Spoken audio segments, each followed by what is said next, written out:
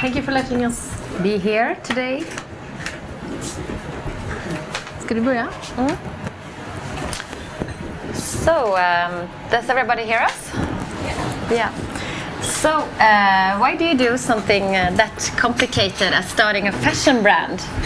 Well, you have to have a big passion, a lot of energy, and being a bit naive.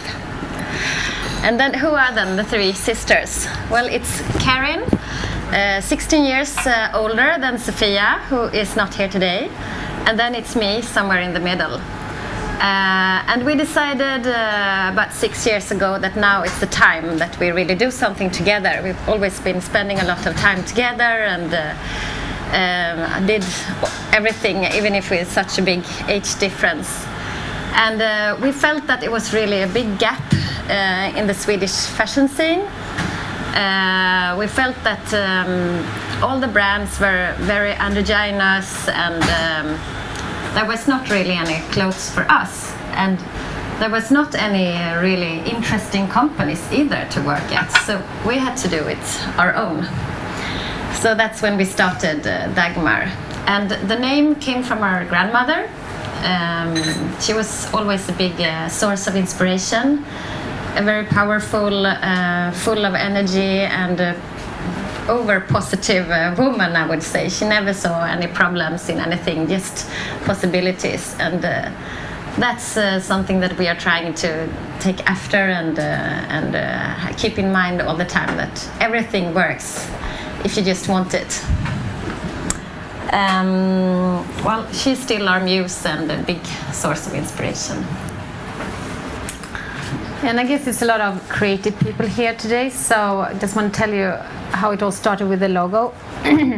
We wanted to create a Swedish brand and to be proud of the Swedishness that we are, the heritage, but we still wanted it to be on an international scene.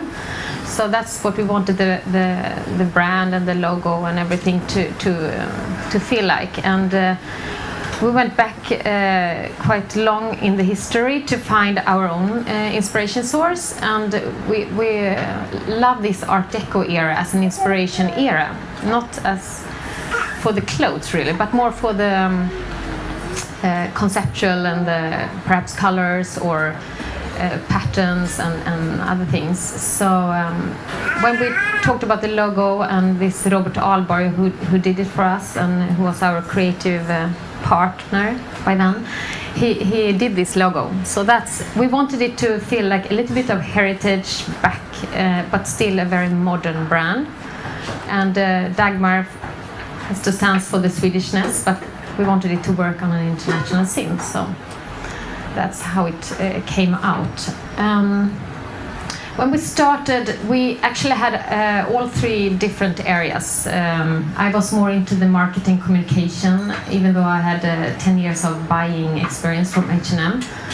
And Christina, you were a designer, design education from Paris, Esmod, and you worked for many different companies in H&M.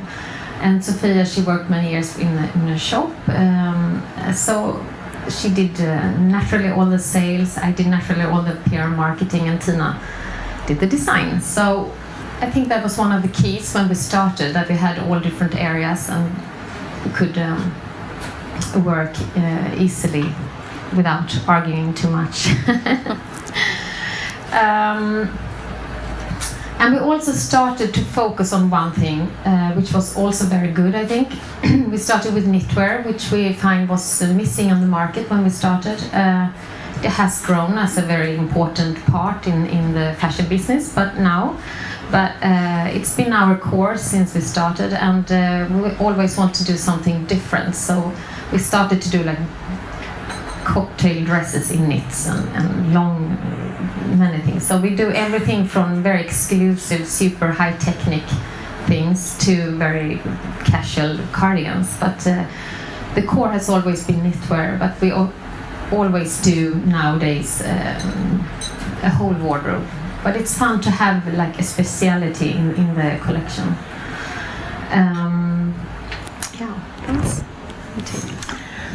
Okay, and when we started, it was I had my first baby, and Karin was starting up her own PR company by the side, and Sofia was studying, so naturally we didn't have much money, so we had to struggle a bit, and the first office was actually in the basement in my house. We had to fit in a small room, and the whole family was involved, and my mother-in-law, she was responsible for the warehouse. Going by train from Gothenburg to Stockholm to help us sort the stuff when it arrived. And my daughter then, she was joining me. She's been practically in most factories around Europe, I think. And once when we went to the most important yarn fair in Italy called Pittifilati, they wouldn't let us in because they never even had any babies there, and they said, well, no, we don't have insurance for this, and we cannot let you in, and they didn't understand what a mother did in the center of Italian fashion fair. But after a while, with a long discussion and a bit of Nordic / blonde charm, he accepted, and we went in. And well, nowadays you actually see quite many women with babies there. So I guess it's a new trend in the fashion world now that you can work with the children. And maybe that's something that's happening in a lot of different industries as well, that you kind of mix your private life with your professional life, and that's very much how we work. Since we are family, everybody are involved, and also in our office there, it's very familiar. We're only girls working. But that's very good in a way, because they're all very strong, and I think that it's a new kind of way of working, that you bring in private life to your professional life.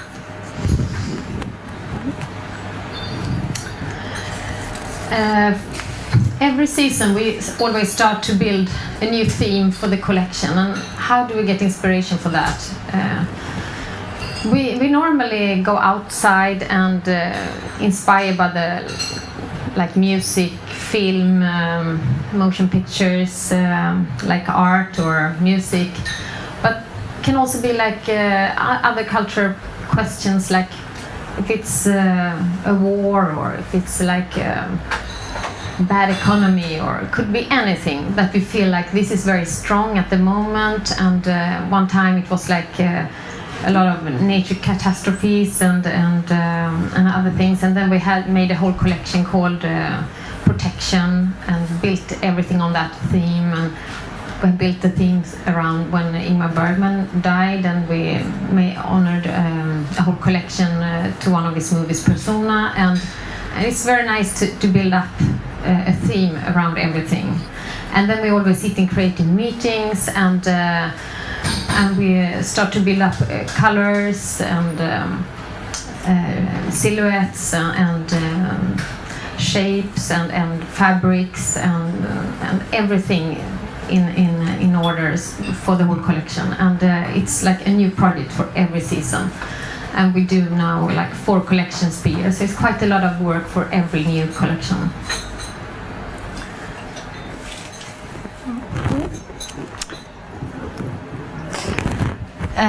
And then our strategy has been from ever since the start to go abroad and to be an international brand with a Swedish style. And today most of our selling is in Sweden, but in not so many years it's going to be less Sweden and more in the international scene. And we're starting out in the strategy has been to start out in the northern Europe. So we sell a bit in the Benelux countries, We sell in London in some shops, starting there at Harrods, shop at Bluebird on King's Road, for example. So you always have to start on a certain level and then you spread out. So it's been very strategic manner the way we sell our brand, and we're never going to sell it everywhere. Just really choosing our sales points very carefully. Well, in the beginning when we started, it was only the three of us, and then we went out ourselves with the personal deliveries to the shops around here, and so that was really different from how it is today, when we're quite a bigger company with 15 people working and selling even the latest shop, Net-a-Porter in London. Which is only one person in our office is working only with Net-a-Porter. So you can imagine the difference from when we went out ourselves to deliver all the goods. So I let it over to you. Net-a-Porter is not a shop. It's it's an internet shop. It's all around the world almost. But so we're very proud of that one. When we started, we set up what we wanted to find in the brand, what are our values, and we set up like 3 Qs, and these Qs means qualities, and it was quality we wanted to create high quality in every fabric that we choose. So we select very carefully each yarn, and we go to all the fairs ourselves, and we go to Pitti Yarn Fair in Florence, which is like, you know how fairs are, like stands, and it's like two floors only with stands, only with yarn threads, and we love it. It's very nerdy, but we like it a lot, and get a lot of creative feelings about it. But that's how we work, and also with the production, we use very high production. We use one fabric in Europe, or factory in Europe, he's the only one who can make this super fine, high technique dresses, lace dresses, and we try to find some more because they're kind of selling quite well, but we can't find anyone else who's doing it. So it's a lot of handicraft around it. And but it's also very nice to work with that. It's something that we can choose. We can choose to work with selected productions and different qualities. And then we also like to have high quality in the design. And what is that? What is high quality in the design? It's very difficult to set up something for that. But for us it means, today there is a fashion word for it, sustainability. This word wasn't even existing when we started, I think. But for us it means that the design shall last for a long time. And we wanted it to be, of course, a very high fashion brand, but we don't want to go for the flies of the season or something, because we think that's more for the chains. So we wanted the style and the design to last many years. And it's kind of the two opposites, to be one of the high fashion brands but still not do the flies of the season. So, but we really work on that, because we want this company or the brand to be a very long lasting brand for like 30, 45, 50 years. So we have to work with our own style and not go with all the trends all the time. It's probably one of the most difficult way to go, but it has to take its time to establish this Dagmar style, but I think we are getting there. And we also, of course, work with all the styles and sew and write all the toiles and the patterns ourselves in the studio, which makes us create exactly what we want. We have a lot of fun collaborations. There was one guy from Värmland calling us like 1.5 years ago or 2 years ago, and he said, hey, I have this organic alpaca farm. I want to work with you. And so you went there, Tina, and met him because our mother lives in Värmland, and met him one day, and he presented his llama animals, and they had like different banks and different names, and he was like, this is him and this is her, and it's like so funny. And he was such an exceptional man and a fantastic man, so we just felt we had to work with him. And so we bought his yarn and did just a very small collection with hand-knitted, fantastic alpaca organic cardigans. And we have worked with him now for a few seasons, and it's just such a nice quality collaboration that you love to do, and we love to do more in Sweden, but there's not so many production possibilities here, unfortunately. But and one day actually Harrods, they called us, oh, we are selling so well of this cardigan, can we get some more? And we called him and he's like, no, but in värmländska, you know, it's like, nej, nu får ni vänta, för nu måste växa ut först. The hair had to grow out before we can get more. It's quite nice actually. And we also do like fur with we call it animal friendly fur, which means we want to pick. They have. Can you explain that fabric? It works a bit like a wig. So they have the mohair lambs, and they cut the hair, and then they weave it into a heavier weave, so it looks a bit like a wig. So you have a fur which is 100% mohair, and still you didn't kill the animal. So we think that's really great. Men så handsytt på också, väl? Ja, nej. Oh, well, so it's very nice for us to be able to work with these small projects that we can choose, and they all have some sustainability thoughts in the background, so we can keep on doing this both in the design, but also in production and in fabric-wise. Yeah, we do, as Karen said, we try to find new ways, and for example, the fur that we have this fall is actually made in a carpet factory, because we wanted to knit a fur, but then the machine only broke the needles broke all the time with the heavy yarn that we had. So then the factory owner, she said, but I have a friend who has a carpet factory, maybe we can try there. So in the end we made a rug that is actually very smooth and nice, so you can still have it on your body.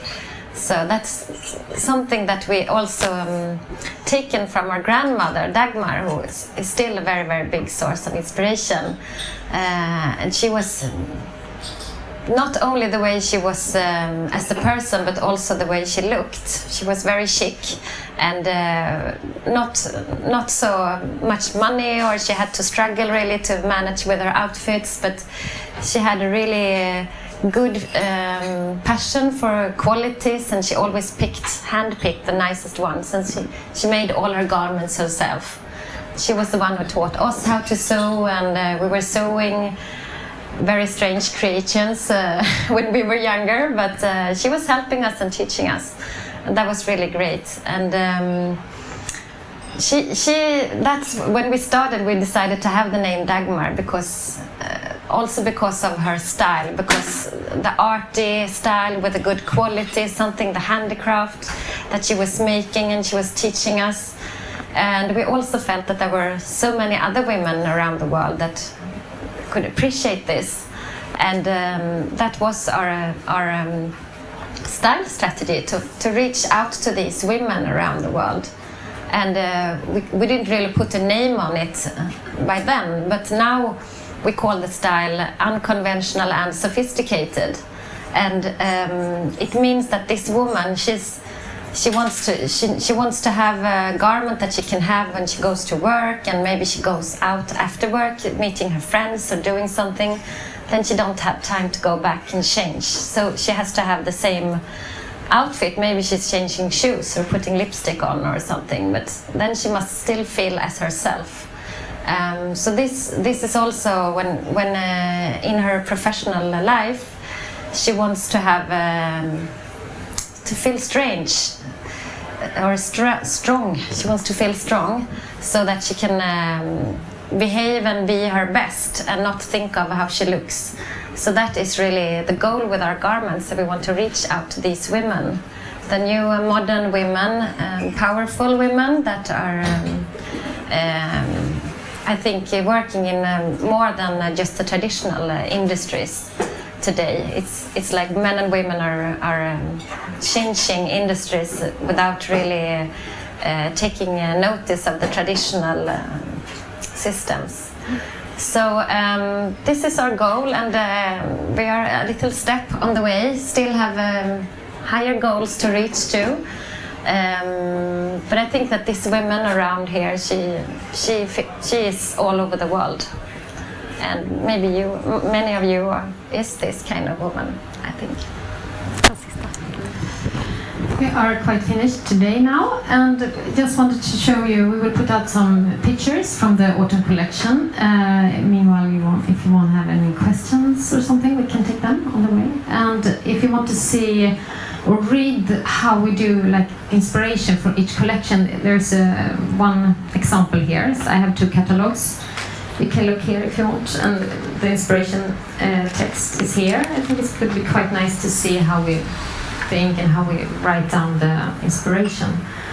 And yeah, feel free to ask any questions if you want. Thank you for letting us do it.